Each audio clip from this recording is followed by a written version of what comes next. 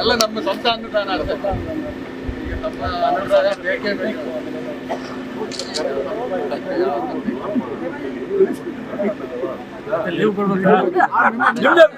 ನಿಮ್ದೇ ಫಸ್ಟ್ ನಮಗೆ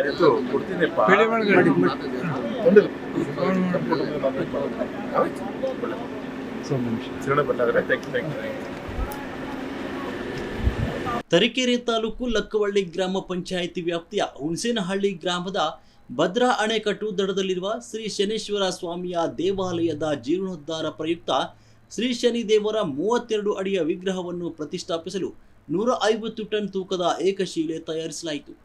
ಕೊಪ್ಪಳ ಜಿಲ್ಲೆಯ ಅಂಜನಾದ್ರಿ ಬೆಟ್ಟದಿಂದ ತರಲಾದ ಈ ಏಕಶಿಲೆಯನ್ನು ಲಕ್ಕವಳ್ಳಿ ಗ್ರಾಮದ ಹುಣಸನಹಳ್ಳಿಯಲ್ಲಿ ಬೆಳಿಗ್ಗೆ 8:30ಕ್ಕೆ ಶ್ರೀ ಶನಿದೇವರ ಆಡಳಿತ ಮಂಡಳಿಯಿಂದ ಮತ್ತು ಗ್ರಾಮಸ್ಥರಿಂದ ಅದ್ಧೂರಿಯಾಗಿ ಬರಮಾಡಿಕೊಳ್ಳಲಾಯಿತು. ನಾವಿಲ್ಲಿ ಮಾಡಿ ಪ್ರತಿಷ್ಠಾಪನೆ ಮಾಡಬೇಕು ಅಂತೇಳಿ ನಾವು ಕಮಿಟಿಯವರು ಮತ್ತು ಇಲ್ಲಿ ಸುತ್ತಮುತ್ತಲ ಊರಿನವರೆಲ್ಲ ಸೇರಿ ಗ್ರಾಮಸ್ಥರೆಲ್ಲ ಸೇರಿ ಈ ಥರ ಒಂದು ದೊಡ್ಡ ಮೂರ್ತಿ ಮಾಡಬೇಕು ಅಂತೇಳಿ ಒಂದು ದೃಢ ನಿರ್ಧಾರ ತಗೊಂಡು ಈ ಅತ್ಯಂತ ಬಹಳಷ್ಟು ಶ್ರಮಪಟ್ಟು ಇಲ್ಲಿ ಕಲ್ಲನ್ನು ತರಿಸಿದ್ದಾರೆ.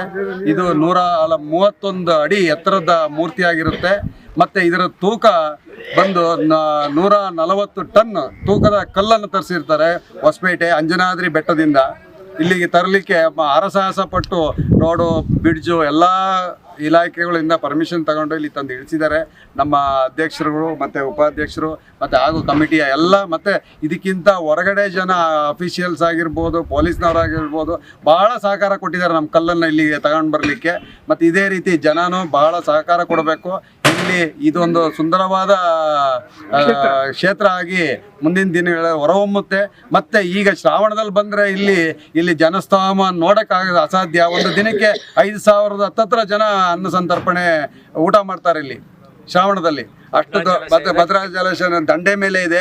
ನಮ್ಮ ಇಲ್ಲಿ ನಮ್ಗೆ ಇಲ್ಲೇ ನಿಮಗೆ ಕಾಣುತ್ತೆ, ಇಲ್ಲಿ ನಮ್ಮ ಡ್ಯಾಮಿನ ಭದ್ರಾ ಡ್ಯಾಮ್ ಕಾಣುತ್ತೆ. ಅದೇ ಆ ಮುಂಭಾಗದಲ್ಲೇ ಈ ನಮ್ಮ ಶನಿ ಪರಮಾತ್ಮನ ದೇವಾಲಯ ಇಲ್ಲೇ ನಿರ್ಮಾಣ ಆಗುತ್ತೆ. ಮತ್ತು ಈ ಮೂರ್ತಿನೂ ಇಲ್ಲೇ ಪ್ರತಿಷ್ಠಾಪನೆ ಮಾಡ್ತೀವಿ ಕೆಲವೇ ದಿನಗಳಲ್ಲಿ.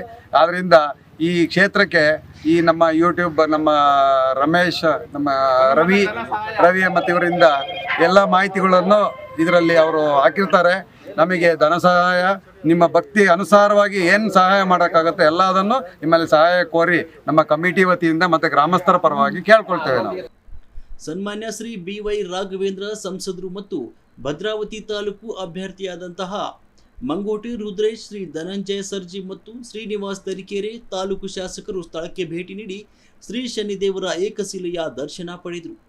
ಈ ಸಂದರ್ಭದಲ್ಲಿ ಸಿಂಗನೆಮನೆ ಮಹಾಶಕ್ತಿ ಕೇಂದ್ರದ ಪ್ರಧಾನ ಕಾರ್ಯದರ್ಶಿಯಾದಂತಹ ವಿಶ್ವ ಮಾಳೇನಹಳ್ಳಿ ಸಮಾಜ ಸೇವಕರು ಮುರುಗೇಶ್, ಜೈ ಕರ್ನಾಟಕ ಅಧ್ಯಕ್ಷರಾದಂತಹ ಶಶಿಕುಮಾರ್ TD ಮತ್ತು ಶ್ರೀ ಶನಿದೇವರ ದೇವಾಲಯದ ಆಡಳಿತ ಮಂಡಳಿಯವರು ಉಪಸ್ಥಿತರಿದ್ದರು. ವರದಿ ರಮೇಶ್, ಶಿವಮೊಗ್ಗ.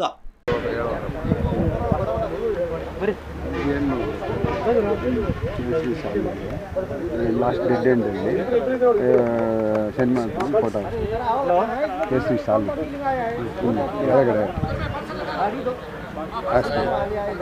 ಇಟ್ಟ ಬಂದರ್ಗಳು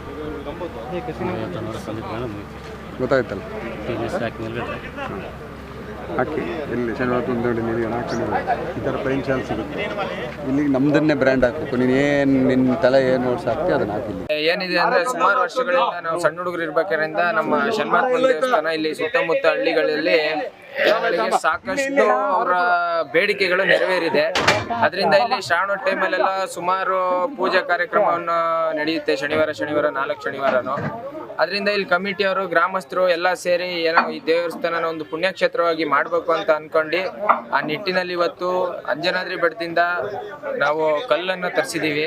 ಈ ನಮ್ಮ ಭದ್ರೆಯ ಮಡಿಲಲ್ಲಿ ಶನೀಶ್ವರ ದೇವಾಲಯ ಒಂದು ಪುಣ್ಯಕ್ಷೇತ್ರ ಆಗಿ ಎಲ್ಲ ನಮ್ಮ ಗ್ರಾಮಸ್ಥರಿಗೆ ಒಂದು ಒಳ್ಳೇದಾಗಲಿ ಅಂತ ಹೇಳಿ ಮಾಡ್ತಾ ಇದ್ದೀವಿ.